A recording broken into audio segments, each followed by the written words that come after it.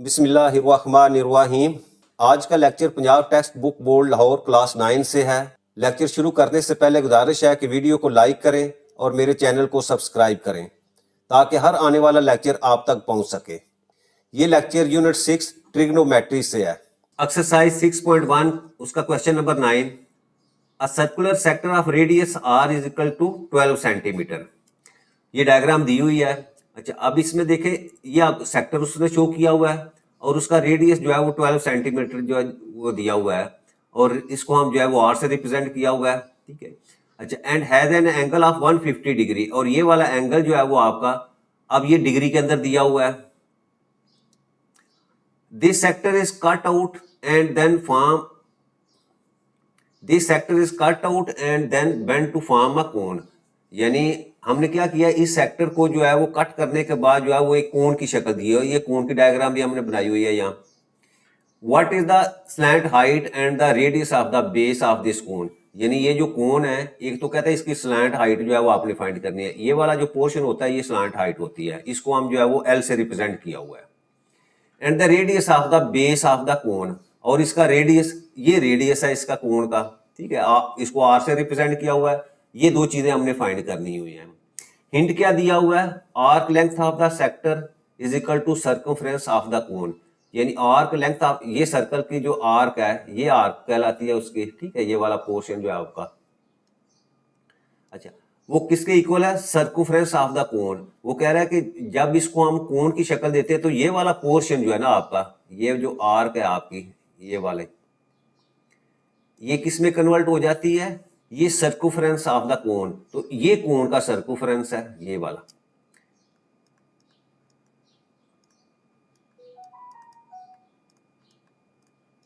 यानी ये वाला पोर्शन जो है वो आपका आर्क जो है वो आपकी सर्कमफ्रेंस के अंदर जो है वो कन्वर्ट हो जाती है। ये तो डाटा दिया हुआ है। अब हम 1 बाय 1 जो है इसको लिखते हैं। अच्छा, अब हमने फाइंड क्या करना है, एक तो स्लैंट हाइट हमने फाइंड करनी है, वो लिखते हैं हम।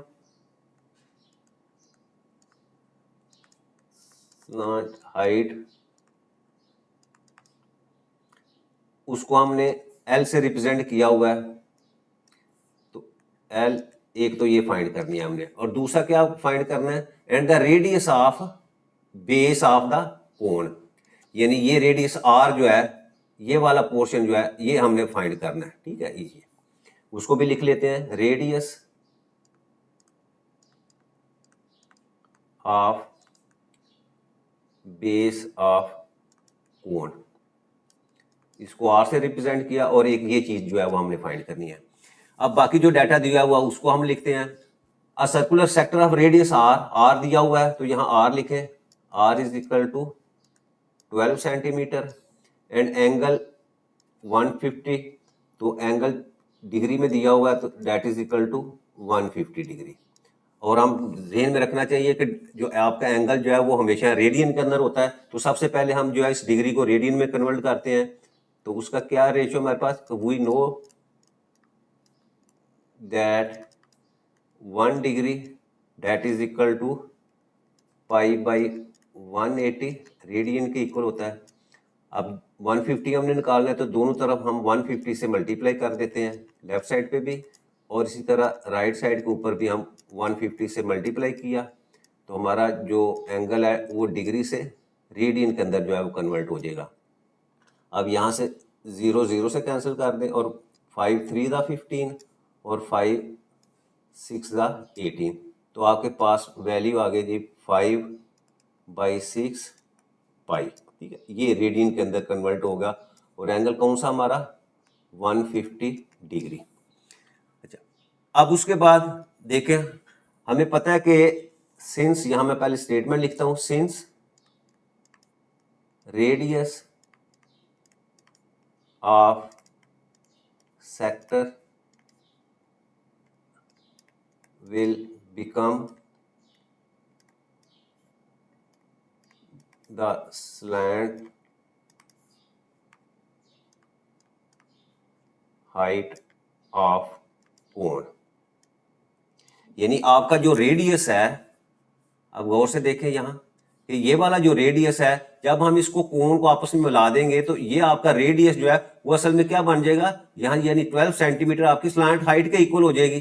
तो इसका मतलब क्या है कि ये रेडियस 12 सेंटीमीटर है, वो आपकी एल के इक्वल हो जाएगी। तो यहाँ मैं लिख देता हूँ कि 100 आपकी एल जो है वो 12 सेंटीमीटर, यानी रेडियस जो है वो आपकी स्लैंट हाइट के इक्वल हो गया और वो 12 सेंटीमीटर के इक्वल है। अब सबसे पहले हम क्या करते हैं, ये जो हमारा सेक्टर है, हम इस सेक्टर का जो है वो एरिया फाइंड करते हैं।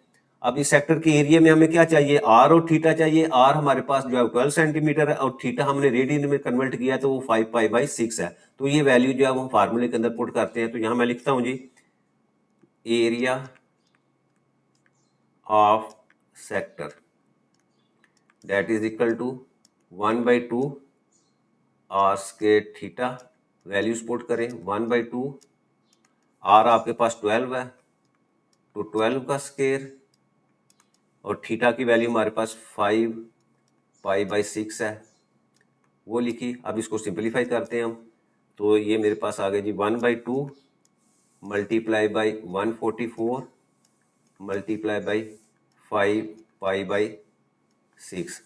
अब इसको सिंपलीफाई करें यहाँ से, 6 1 ज़ा 6, 6 2 ज़ा 12 और 6 4 ज़ा 24 और अगेन 2 पे करें, 2 1 ज़ा 2 और 2 12 ज़ा 24। तो अब 12 को 5 से हम मल्टीप्लाई करेंगे तो हमारे पास जो है वो 60 पाई जो है वो एरिया ऑफ सेक्टर जो है वो आपके पास आ जाएगा। तो मेन पॉइंट है इस क्वेश्चन का वो समझने वाला है कि आपका ये वाला जो सेक्टर का एरिया है, जब हम इसको कोन की शक्ल देते हैं तो क्या हो जाता है, ये जो कलर किया हुआ है वो यही एरिया जो है वो आपका जो है कर्व सरफेस एरिया ऑफ कोन जो है वो बन जाता है। यानी ये सेक्टर है, ये जो इस है, ये इस वक्त जो है वो सेक्टर है आपका, सर्कल है। जब हमने इसको कोन की शक्ल दी तो ये वाला जो पोर्शन है, ये वाला, ठीक है, जो कलर किया हुआ है सेम कलर से हमने किया हुआ है, तो आपका ये और ये आपस में, इन दोनों का जो है वो एरिया जो है वो आपस में इक्वल हो जाता है।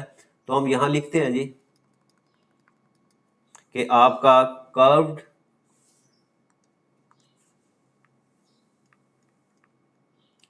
सरफेस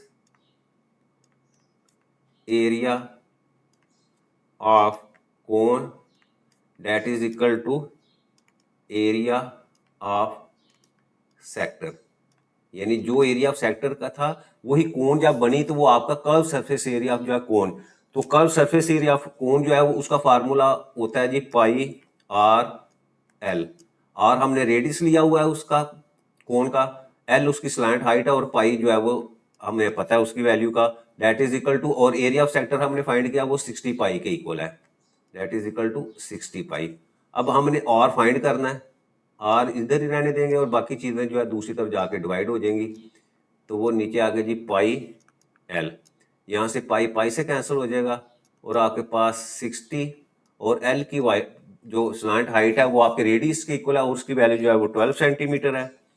तो अब 12 1 ज़ा 12 और 12 5 ज़ा 60, तो ये आपके पास आ गए जी 5 सेंटीमीटर। और साथ लिख दें कि सिंस आपकी जो एल है वो 12 सेंटीमीटर है और ये आपके जो रेडियस था, ठीक है, उसके इक्वल है वैल्यू। तो एंड के ऊपर यहाँ लिख दें r is equal to 5 centimetre. तो ये हमारा क्वेश्चन नंबर जो है 9 जो है वो कंप्लीट हो जाता है।